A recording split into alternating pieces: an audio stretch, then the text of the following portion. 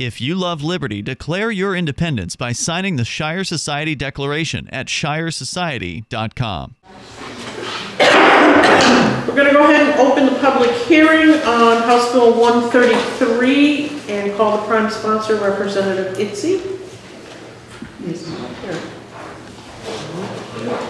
He's not here. Representative Corrigan, would you introduce the bill, please? Thank you very much, Madam Chair. I was actually planning to speak against the bill, but I'd be happy to introduce it on behalf of my friend Representative Itzy. This is House Bill 133, an act relative to a jury's determination as to the applicability of law. Yes, that's the right one. And it's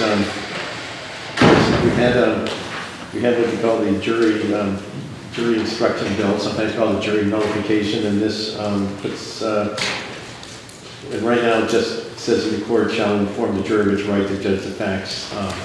And then this adds some language which I believe is the so-called Wentworth instruction. The Wentworth instruction dates back to the case of Wentworth versus New Hampshire, which was one of the defendants at the Seabrook nuclear power plant about 40 years ago. He was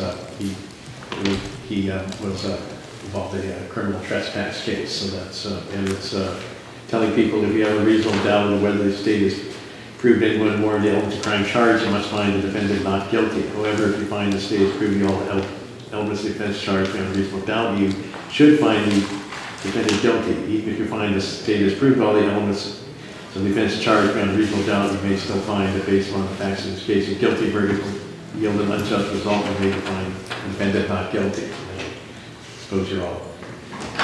Although I suppose you all have copies of bills in front of you, that's maybe not entirely necessary. Anyway, that's HB 133.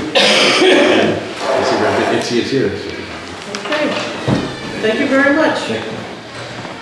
Representative Itzy, please take a seat. Thank you, Madam Chair.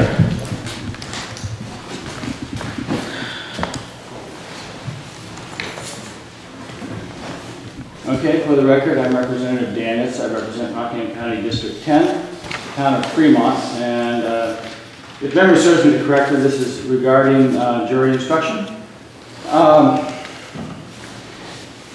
This bill attempts to correct, thank you, this bill attempts to correct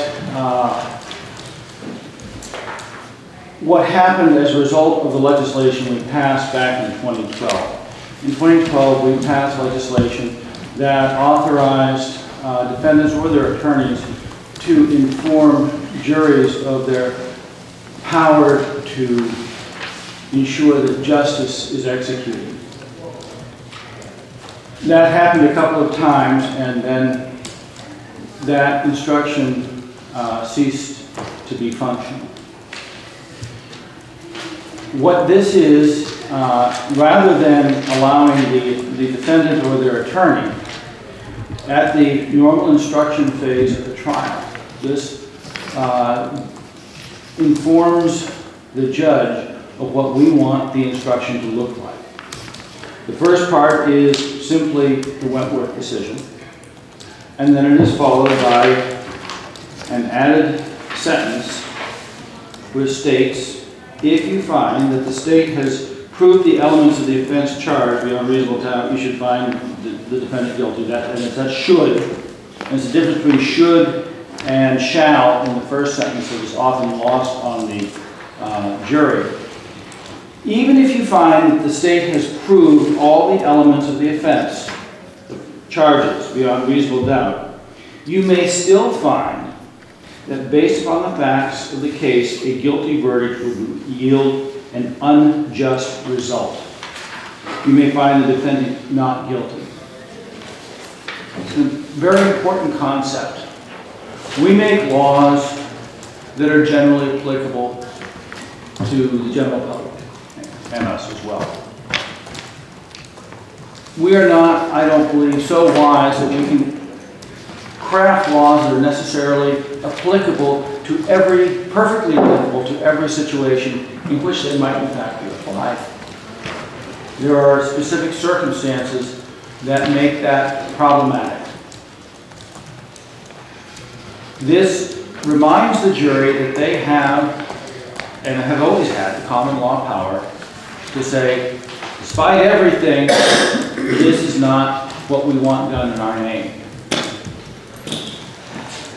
It makes sure that in those fringe cases that our laws do not accurately apply to, that the jury has the power to do what is right. Yes, we are a nation of laws, but in the application of those laws, we must ensure that justice is not forgotten. I'd be happy to answer any questions. Thank you very much for your testimony. Senator Lasky has a question, and Senator Hennessy. Thank you, Madam Chair. Good morning, Representative. Thank you. If I understand you correctly, this is then based on the premise that jurors don't know the difference between shall and should. Not know the difference. When you're being read the jury instruction, the first part says, it is the criminal, in all criminal, okay. If the jury, if you have a reasonable doubt as to whether the state has proved any, sorry, I don't have my glasses, any one or more of the elements of the crime charge, you must find the defendant not guilty. However, if you find that the state has proved all the elements of the offense charged beyond reasonable doubt, you should find the defendant guilty. It all rests on how much emphasis the person reading that instruction puts on the word should. And I'll give you an example. The word ought. You think you all know what the word ought means? You think generally in our society now, we think it's kind of similar to should, but it's not. The word ought is the highest possible instruction that there is. It is duty. It is that which must be done because it is the right thing to do. Yes, we often miss the subtleties of the English language, and we need to ensure that the jury is well aware of its power to ensure that justice is done. Thank you. Are there any further questions? Senator Hennessy. Thank you, Madam Chair. Thank you, Representative.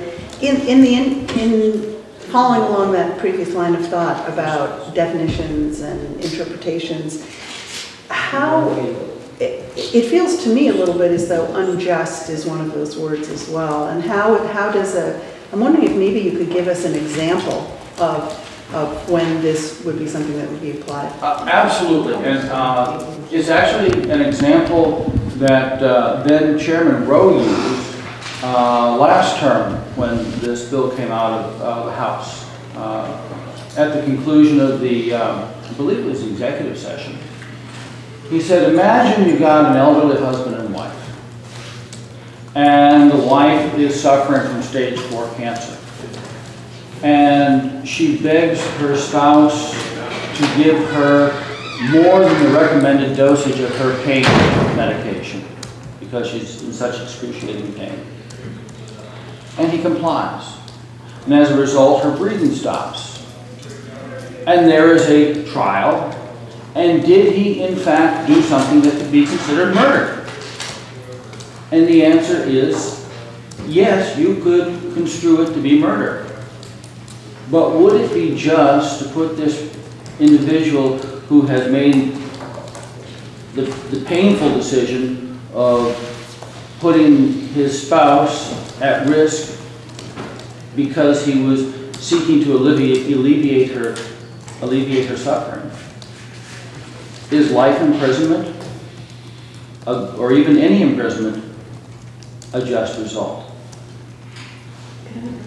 Yes, follow up. I'm sorry, I'm just looking up the statute. Oh, that's okay, thanks.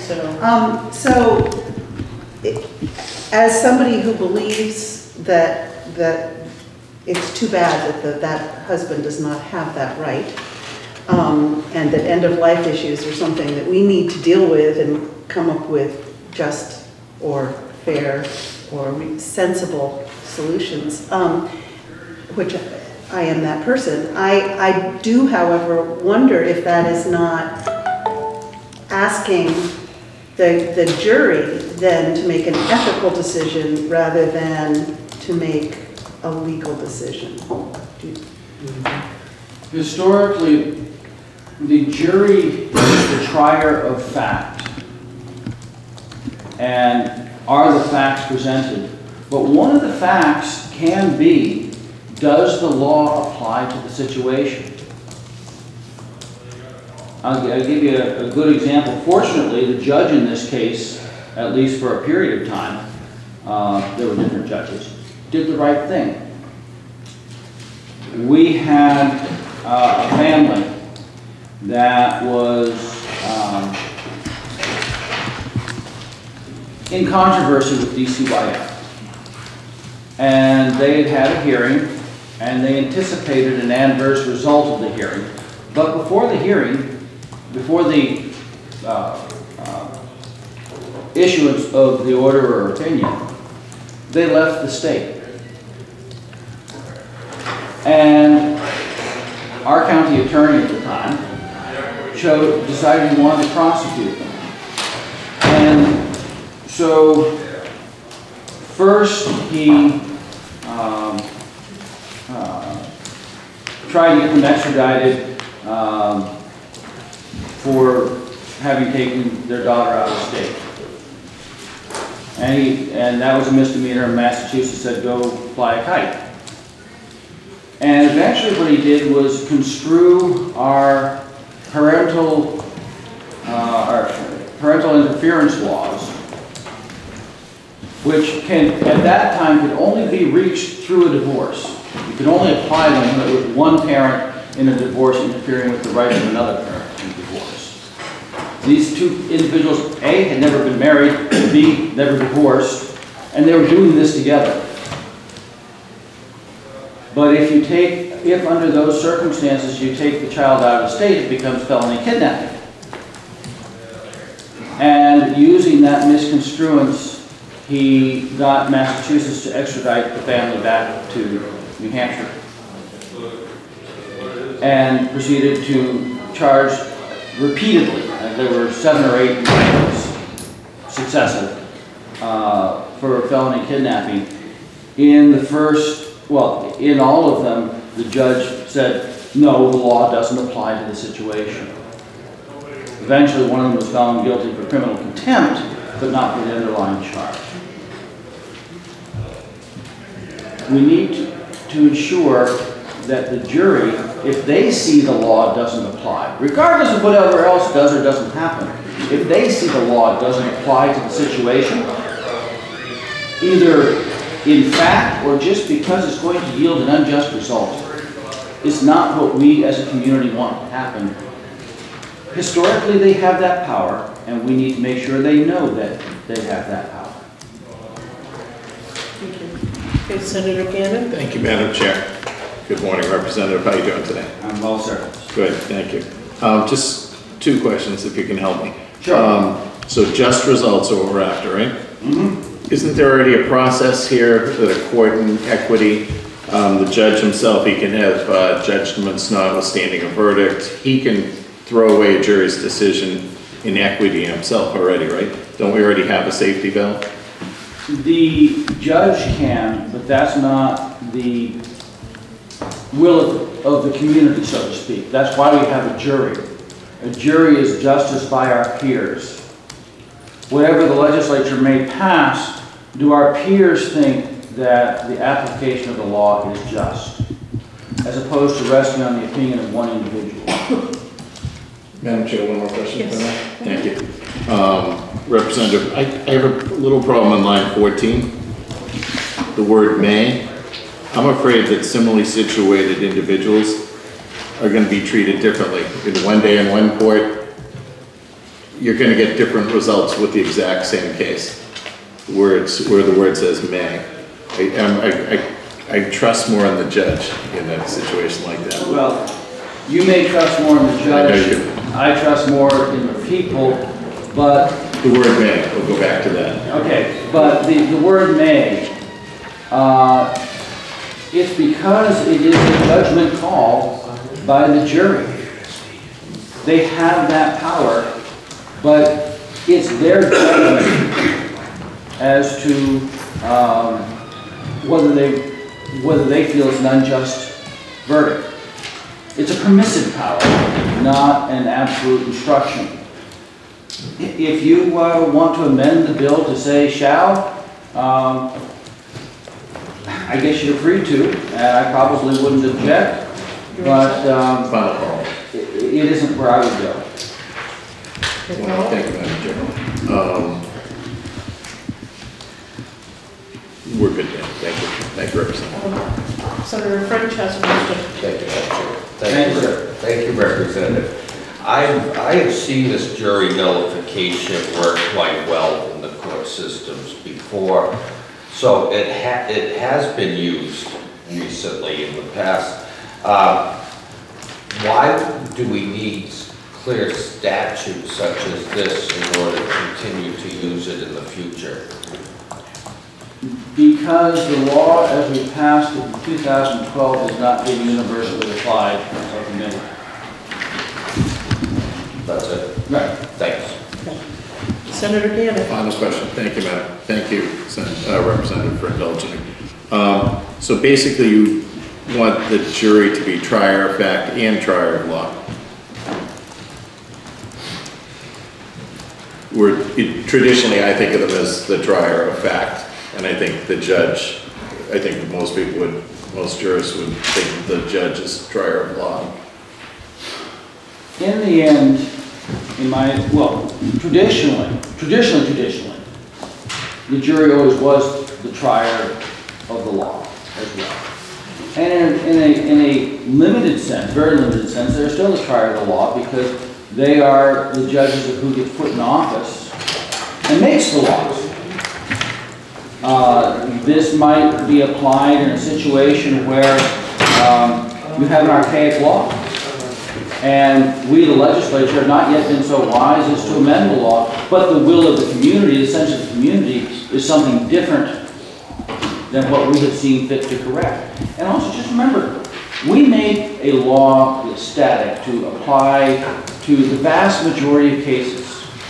We may be perfect in application to 99.9% of the cases that come before the bench.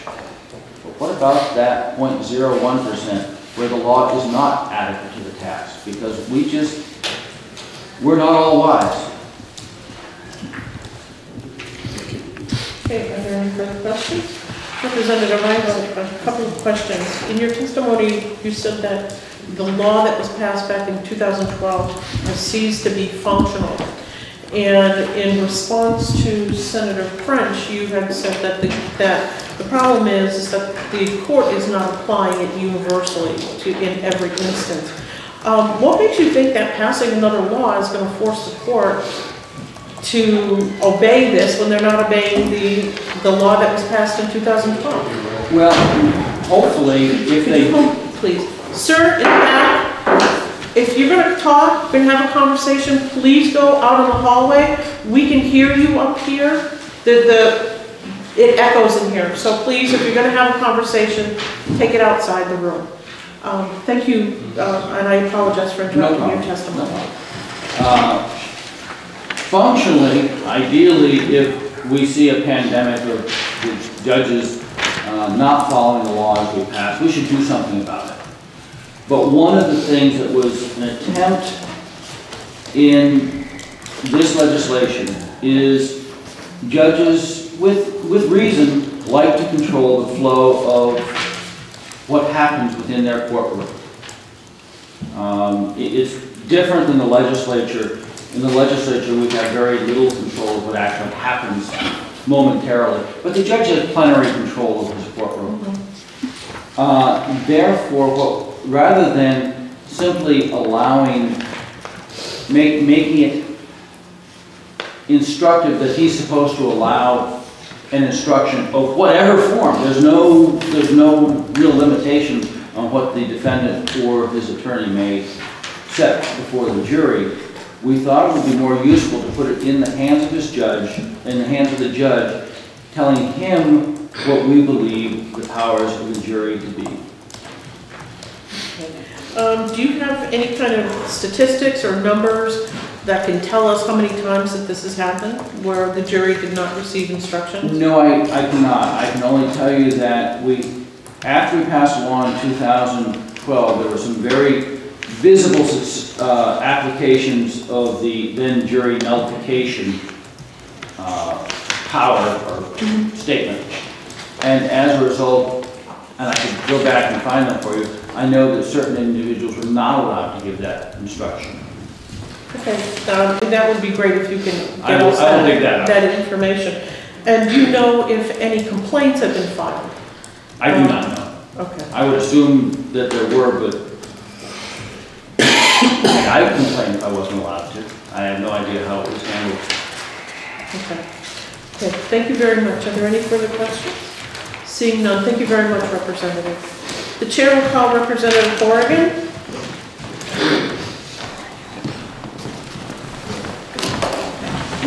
Thank you very much, Madam Chair. I continue to represent Timothy Corrigan, President of Stratford County District 6, town's attorney in Madbury, and I did write the minority blurb against this bill when it went through the House, and the basic, so jury nullification, power, that's something that existed, existed like, since the dawn of our legal system, because in a criminal trial, a not guilty verdict by the jury is non-appealable, and hence it effectively gives the jury the right so they can acquit somebody for any reason they want, and there's no appeal from it. So that's where the concept of jury nullification comes from, and I think certainly they don't want to change that. This bill modifies, amends the bill that was passed in 2012. It changes the title and adds, as I said before, something called the Wentworth instruction to the bill. And I think certainly the jury, is a good thing that acquittals in jury trials are non-appealable, but I'm not sure that we should be encouraging juries to disregard the law. That they should be applying the law as it's written. I know we tend to look at cases where you have sympathetic defendants, certainly with drug laws, but it can also be used to find defendants that some people find unsympathetic. You could have there's like cases like we've had a large case, thankfully not New Hampshire, but we had, for example, another case for law enforcement officers who killed unarmed citizens for what seems like no good reason. So a jury might nullify those cases just because they're sympathetic to law enforcement, and then sometimes it's even hard, like what a jury will find, who will find sympathetic or not. Like residency referred to something which was the subject of a House petition, back in House petitions redress, which was the Katz-Brodman petition, and the Katz-Brodmans were a older couple. Actually, some of the facts, it's unclear that they may in fact have been married. They've been together for years. Anyway, without going to the whole thing, which is a very long, convoluted, sad story, a jury probably would be sympathetic to Mr. Katz and Ms. Katz and Mr. Brodman, because they were certainly caring parents who maybe made a lot of decisions that didn't work out too well, but they may have also been unsympathetic to the defendants because they did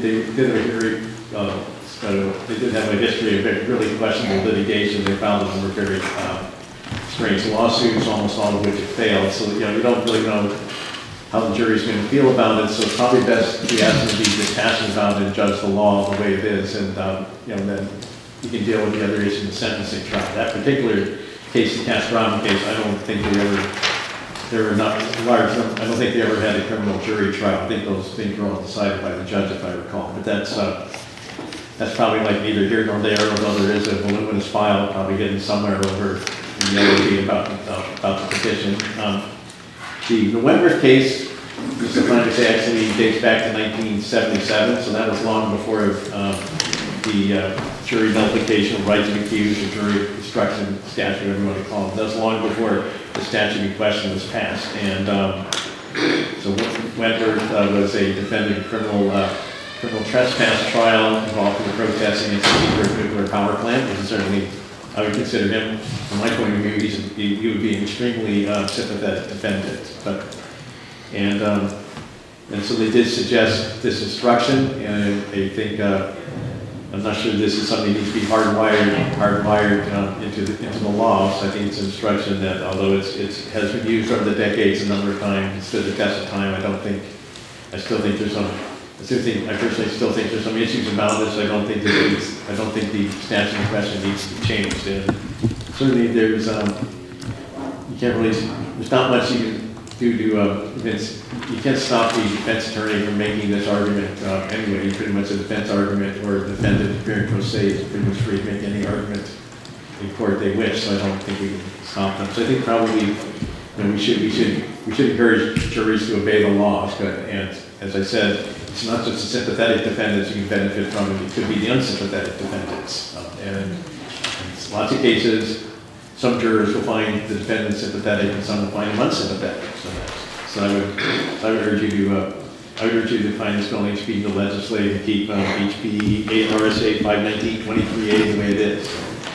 Okay, thank you very much, Representative. Are there any questions from the committee? Seeing none. Senator Gannon. Thank you, Madam Chair. I'm sorry. Thank you, Representative. I'm interested in the bill a little more than I thought I was the more we talk about it. Don't you think this would act as a double safety valve? So we have the judge, as I talked about earlier, could throw a case out for a judgment notwithstanding a verdict, an equity thing. Wouldn't this just be a double safety valve in case justice isn't happening? Do you not trust the peers, the jury of your peers? I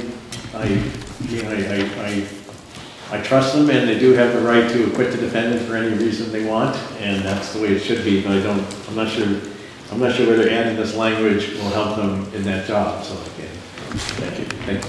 Okay. Are there any further questions? Seeing none, thank you very much, Representative. The chair will call Elizabeth Woodcock.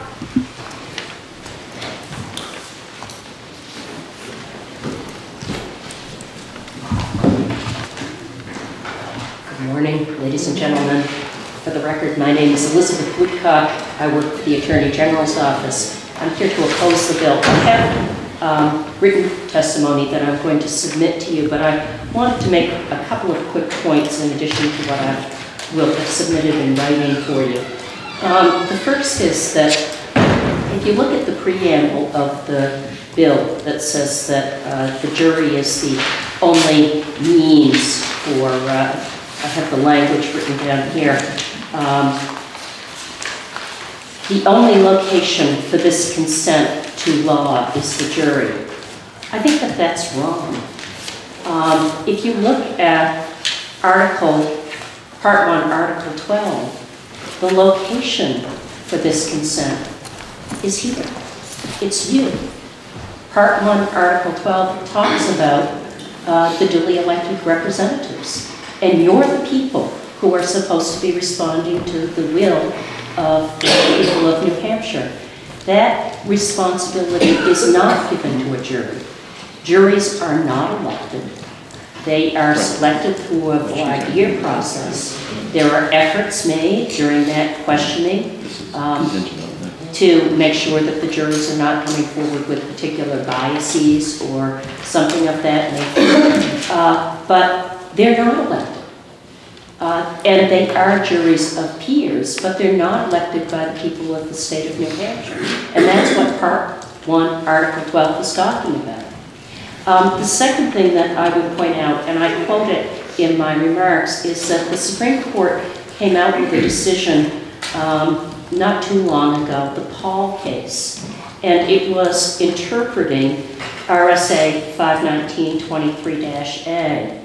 And it said, and I have this quoted in my statement, finally construing RSA 519-23A as merely codifying an existing law rather than conferring on the jury a right to judge or nullify the law is consistent with the doctrine of constitutional avoidance. This well-established doctrine requires us, the New Hampshire Supreme Court, whenever reasonably possible, to construe a statute so as to avoid bringing it into conflict with the Constitution. Were RSA 519.23-A interpreted to grant juries the right to judge or nullify the law, there would be a significant question as to its constitutionality. Now, I cannot tell you that the New Hampshire Supreme Court would rule that the proposed legislation is unconstitutional. I don't wear a black robe. I'm not sitting across the river in the New Hampshire Supreme Court. And were the legislature to pass this, the Attorney General's office would be responsible to defend it to the best of our ability. But the New Hampshire Supreme Court doesn't usually use language like that when it's interpreting a statute. And I think that this committee would be well advised to take a careful look at that opinion. The final thing that I wanted to say, and it's in response to what Representative Itza was talking about. He talked about a small minority of cases where the courts refuse to give the instruction that was approved in the RSA that was adopted a few years ago. One of my duties over across the street in the New Hampshire Attorney General's office is to handle appellate cases. If a court refuses to give an instruction, that becomes an issue that a defendant can raise in his direct appeal. Every person who is convicted of a criminal case, no matter how small or no matter how insignificant, is entitled to a direct appeal. The Attorney General's office handles all of those appeals. If a court refused to give an instruction as required by the RSA, I cannot tell you, because again, I don't wear a black robe and I don't sit across the street, I cannot tell you what the New Hampshire Supreme Court would do with that, but I suspect that the New Hampshire Supreme Court would take a very dim view of a judge who refused to instruct as required by the RSA or by the court's case law. I have been handling appeals for almost 9 years across the street, and I have not seen an appeal involving this RSA.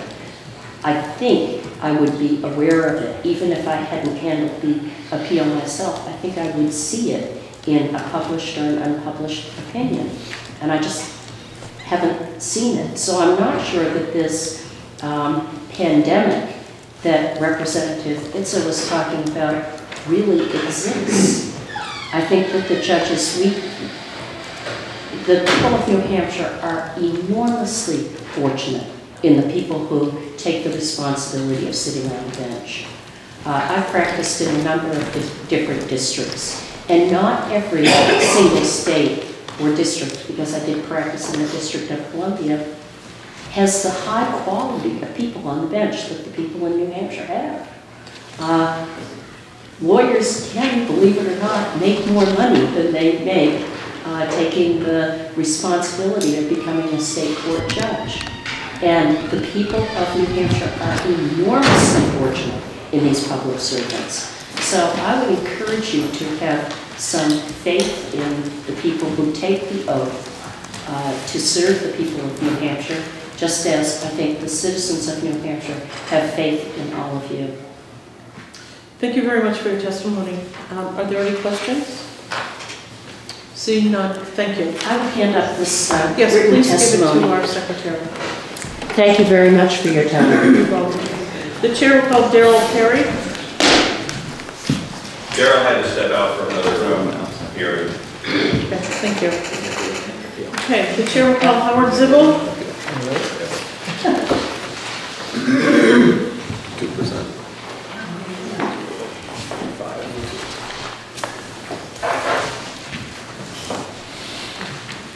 Thank you, Madam Chair. Good morning, members of the committee. The court has no position on this bill because if it passes, it would likely come before the court on a constitutional challenge. So I'm here to explain what the issues would be if this bill passed and it would come to the court. One of those issues arises under State v. County, That was a 2014 case, 167 New Hampshire, 161, page 161 is the site. And Carter dealt with separation of powers, the boundary between court rules and statutes, a boundary which has changed over the past 25 years. And in Carter, the court held, last line of the case on page 170, statutory enactments prevail over conflicting court rules unless those enactments compromise the core adjudicatory functions of the judiciary. So the issue that would come before the court were this, where House Bill 133 passed, is whether this statute compromises, writing the jury instructions, whether that compromises the core adjudicatory function of the judiciary. I can't answer that. I don't wear a black robe. Only the court can answer that. What I can do is give you some background. You've already had some of it, so I'll try to be very brief on the jury nullification instruction. It's not a court rule. As you've heard, it came from the 1978 case of State v. Wentworth, which you can find in 118 New Hampshire, 832.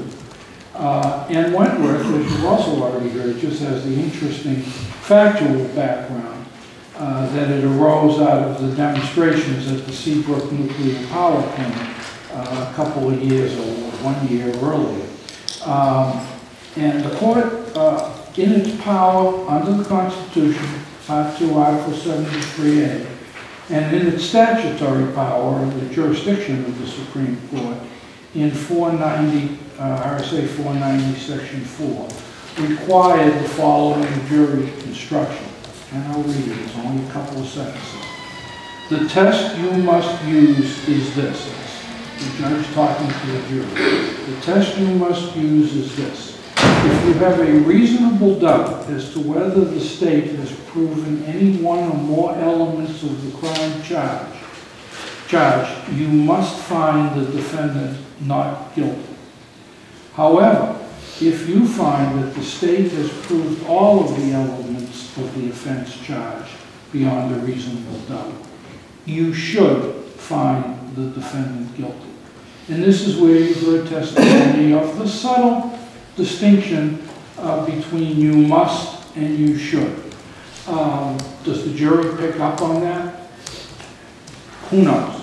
However, in an appropriate case, there is nothing wrong with a lawyer in final argument to the jury saying, you're going to hear the judge instruct you in a few minutes on your decision. And the judge is going to tell you this. And the lawyer can argue that subtle distinction to the jury. No judge is going to stop that argument. Now, the lawyer is not going to use it, except in an appropriate case. You have to be a close call where the nullification would be appropriate. And that instruction that I read is a jury nullification. It's still mandated. But again, there's a question under the recent case of whether that jury instruction is a core adjudicatory function. The second issue I can raise, tell you about, but can't answer, you've already heard about, and that comes from the State v. Paul case, which construed the current version of the statute, I believe passed in 2012, which the court held in Paul is not a jury nullification. In Paul, there is language that if a jury nullification statute is construed as giving the jury the right to judge the law, there is a significant question as to the constitutionality of such a statute.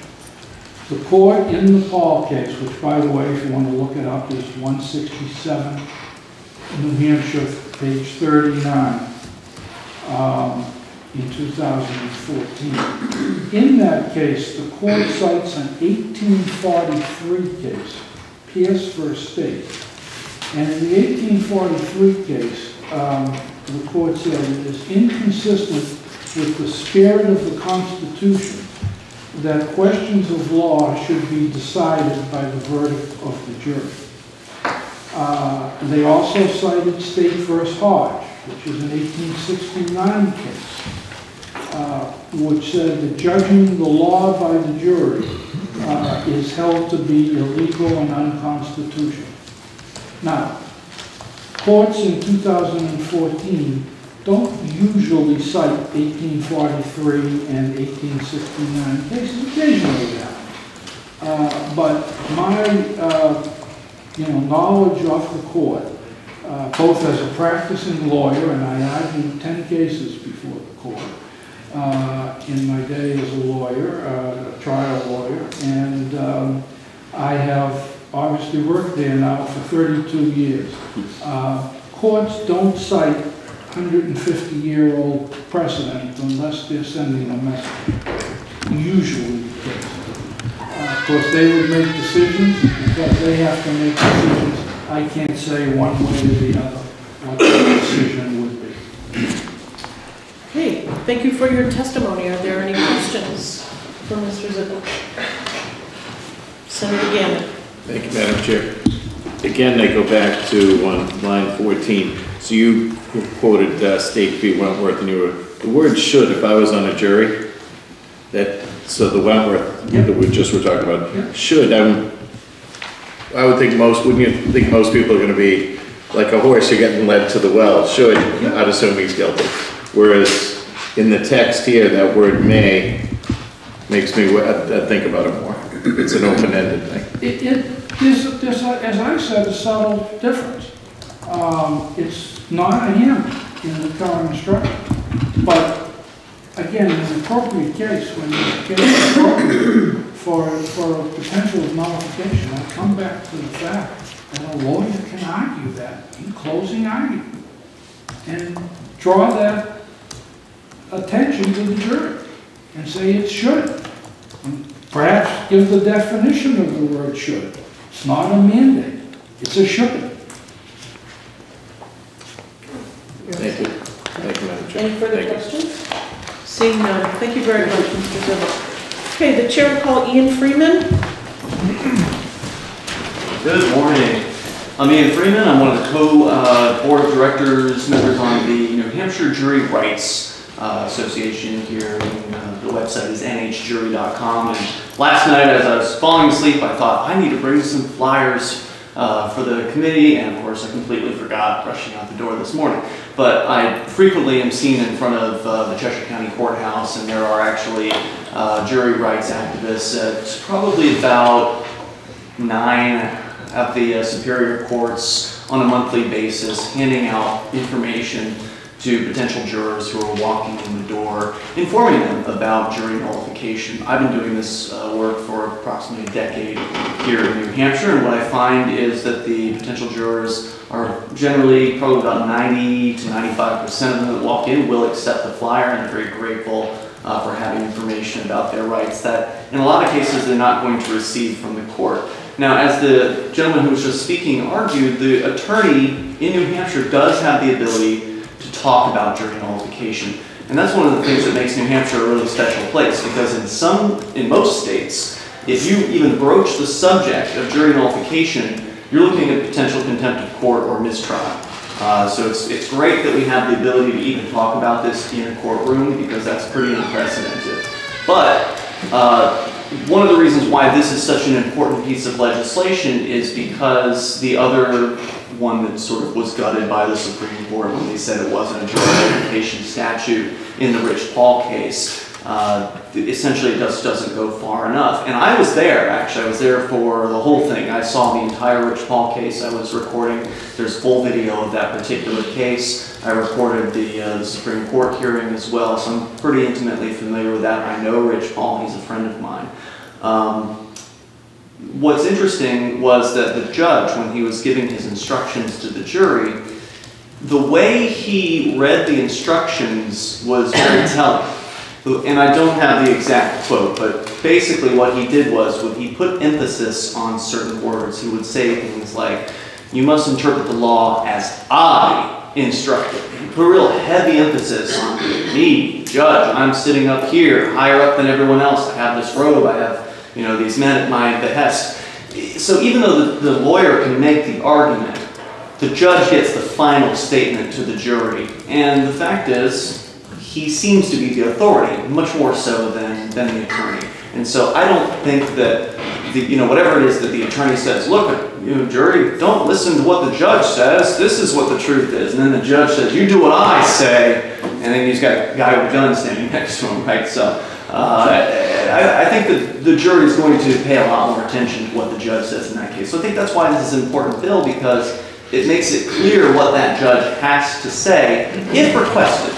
So, it's only if the defense requested, although I would argue it should be in every case. At the very least, this is definitely moving in the right direction.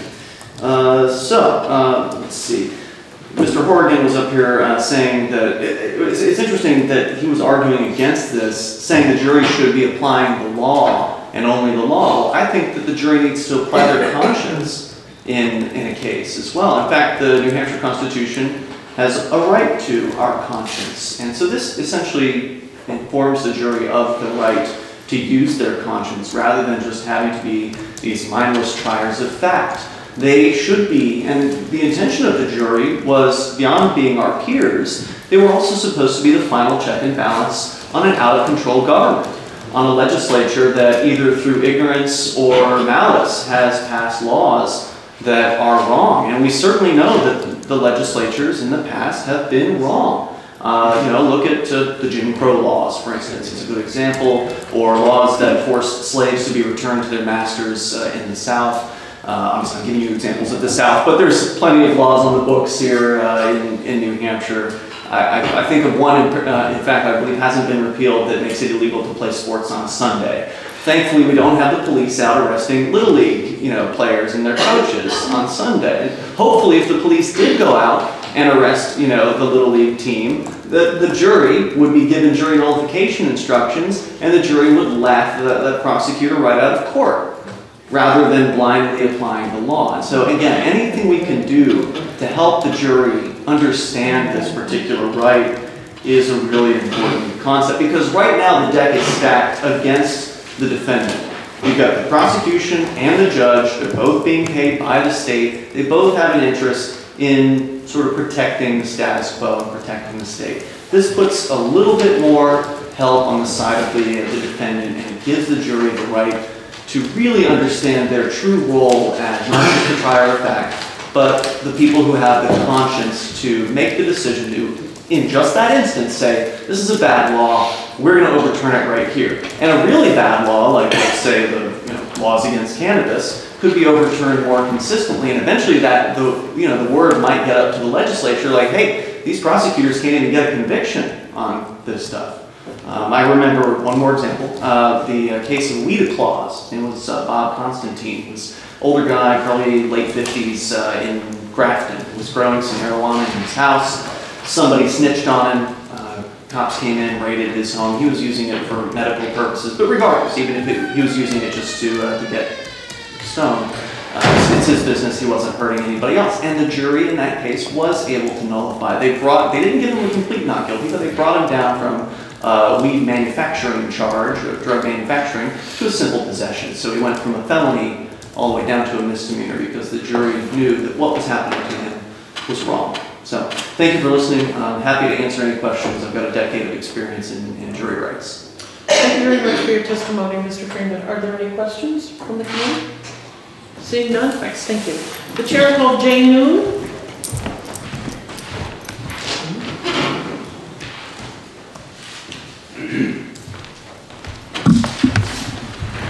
Good morning. I'm Jay Noon, and I support the right of the jury to determine the application of the law.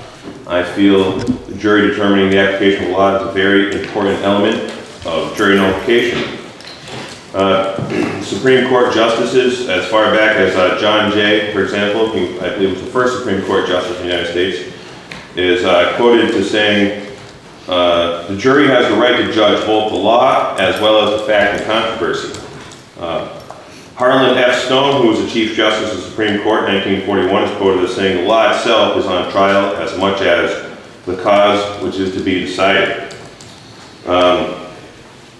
I feel that this bill clarifies that the jury may be able to determine the application of the law, which a lot of jurors, I feel that, these people just pulled out of their regular jobs, go do jury trial for it. They don't realize what jury nullification is.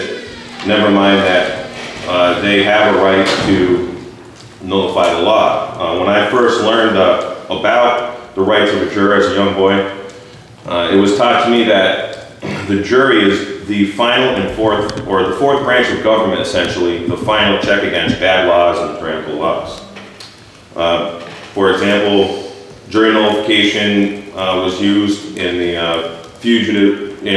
laws where the Fugitive Slave Act was brought against people who were, transporting slaves out of the South into the North, or harboring slaves, for example, and they did disregard the instructions of the judge, and they literally thought that law was bad, even though these folks were clearly in violation of the Fugitive Slave Act, and they found them not guilty.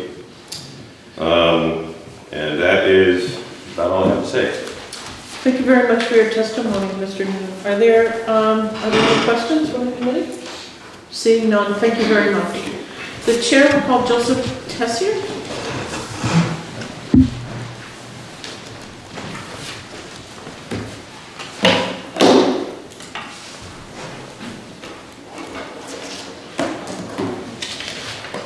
Good morning, Madam Chair. Good morning. Members of the committee. My name is Attorney Joe Tessier. I'm a police prosecutor for the Hudson, New Hampshire Police Department, and I'm appearing today on behalf of the police in Hudson. I'm a resident of Milford. I've practiced law since 2008. From 2008 to 2013, I was a public defender. From 2013 to present, I've been a police prosecutor.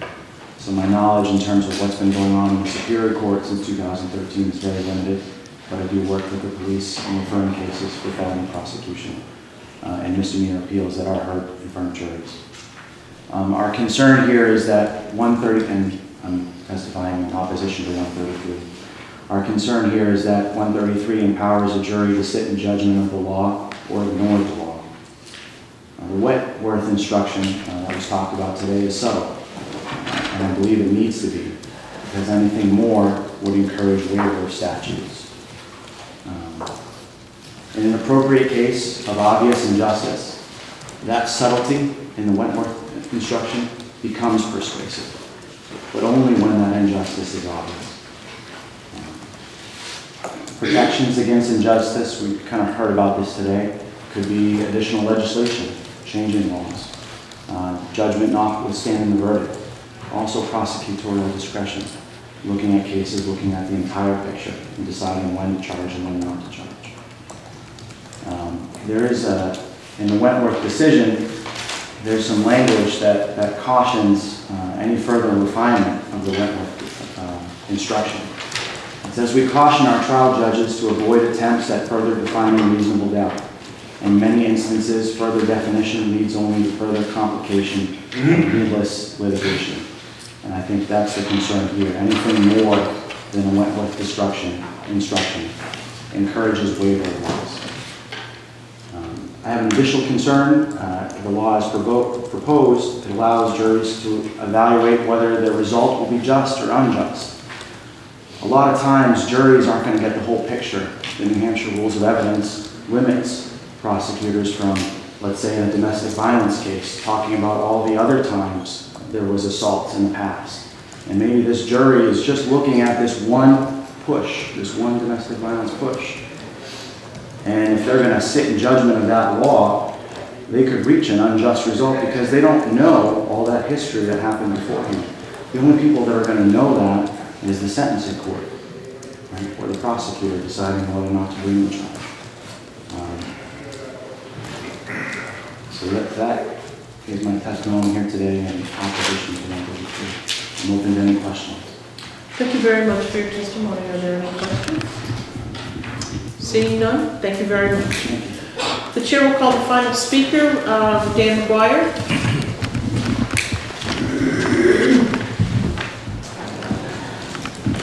Thank you very much, Madam Chair, members of the committee.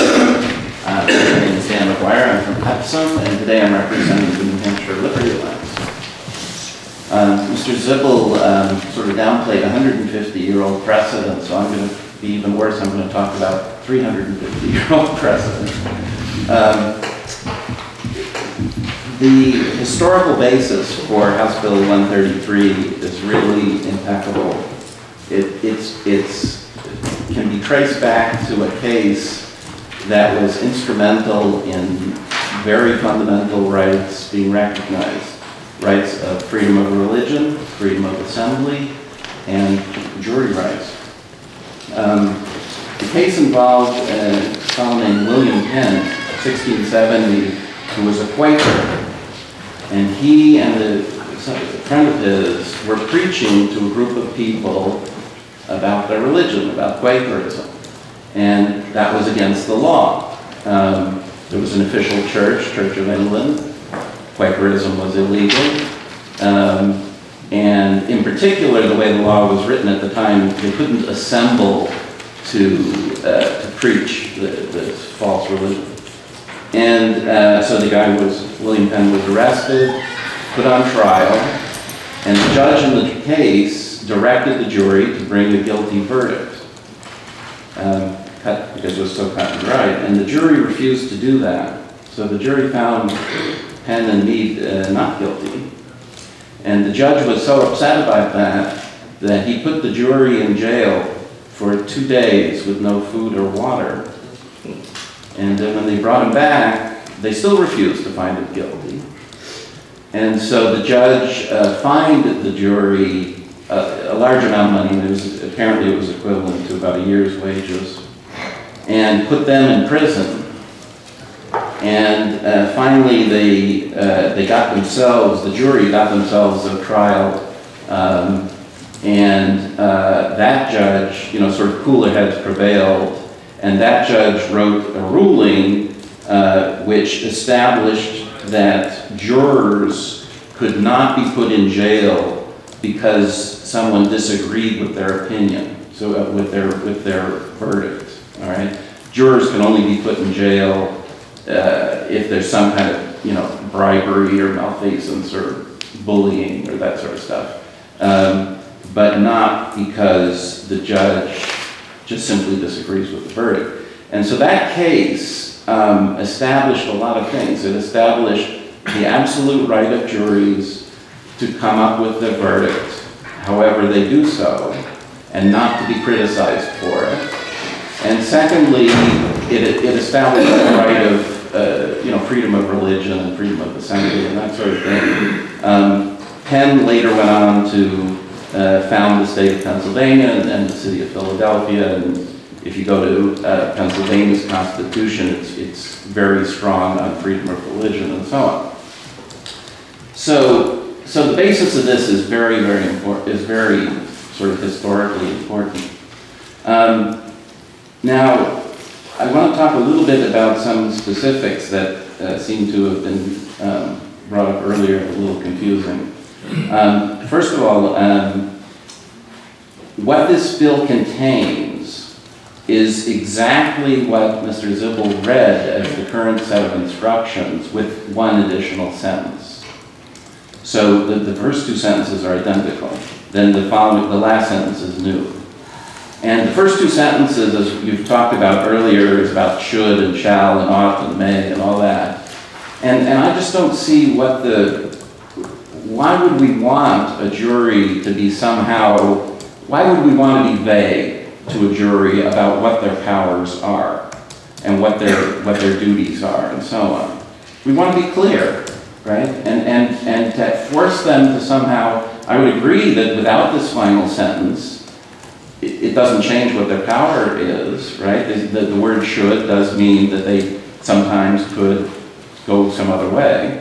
But why are we being vague? Why, it's something like, if juries have a certain right, they ought to know what it is. They ought to know what their there's no point in somehow being vague or confusing or so on. So that's the point of the final sentence, is to say, if the facts in this particular case, and I find that word very important on line 13 here, based upon the facts of this case. So if something about the facts of this case says that guilty verdict is not correct, then you can find the jury, the defendant, not guilty, right? So for example, I can go back to Representative Itzy's example of the husband who, his wife was stricken with cancer, he gave her extra drugs, she died, and so on. Well, if I twist those facts a little bit, maybe the jury would not be so sympathetic, right? What if the husband inherits a significant amount of money upon the death of his wife? What if the husband is shown to have some affair or something like that, right? So changing the facts changes what would be decided in a given case. And that's the key. That's what juries are there for. Because as legislators, you can't possibly know every single case, all the little details. There's certainly edge cases between a guilty action and a not guilty action and so on. And the jurors are there to listen to it and to make that decision. And finally, to what Senator Gannon brought up about, well, wouldn't one jury maybe make a different decision as another jury? And of course, that's inherent in the system, you know. But the whole reason why we have a 12-person jury and we require that they be unanimous in cases of sending somebody to jail is that we've made the decision that it's much worse to send an innocent person to jail than it is to let a guilty person not go to jail, right? So we twist, we emphasize or we skew things such that a lot of things have to happen before somebody goes to jail, right? The legislature has to decide this is a guilty action. The governor has to agree with the legislature. The prosecutor has to decide that this person engaged in that guilty action. The judge has to agree that this is a proper trial. And all 12 people on the jury have to agree that, yes, that person was guilty, right? So there's a lot of steps involved. And it's true, you know, maybe in one particular trial, one of those people would have made a different decision and so on. But that happens. And it's just, we want juries to know what their powers are. And we want them to make the just decision. It's as simple as that. Okay, thank you for your testimony. Are there any questions? Seeing none, thank you very much. We're going to go ahead and close the public hearing on House Bill 133. We'd like to invite you to visit freekeen.com. Freekeen.com features audio, video, and blogs chronicling the transition to a voluntary society. Freekeen.com also has comments and discussion forums so you can be heard. Freekeen.com. I should be in Keene, New Hampshire with the Free Staters.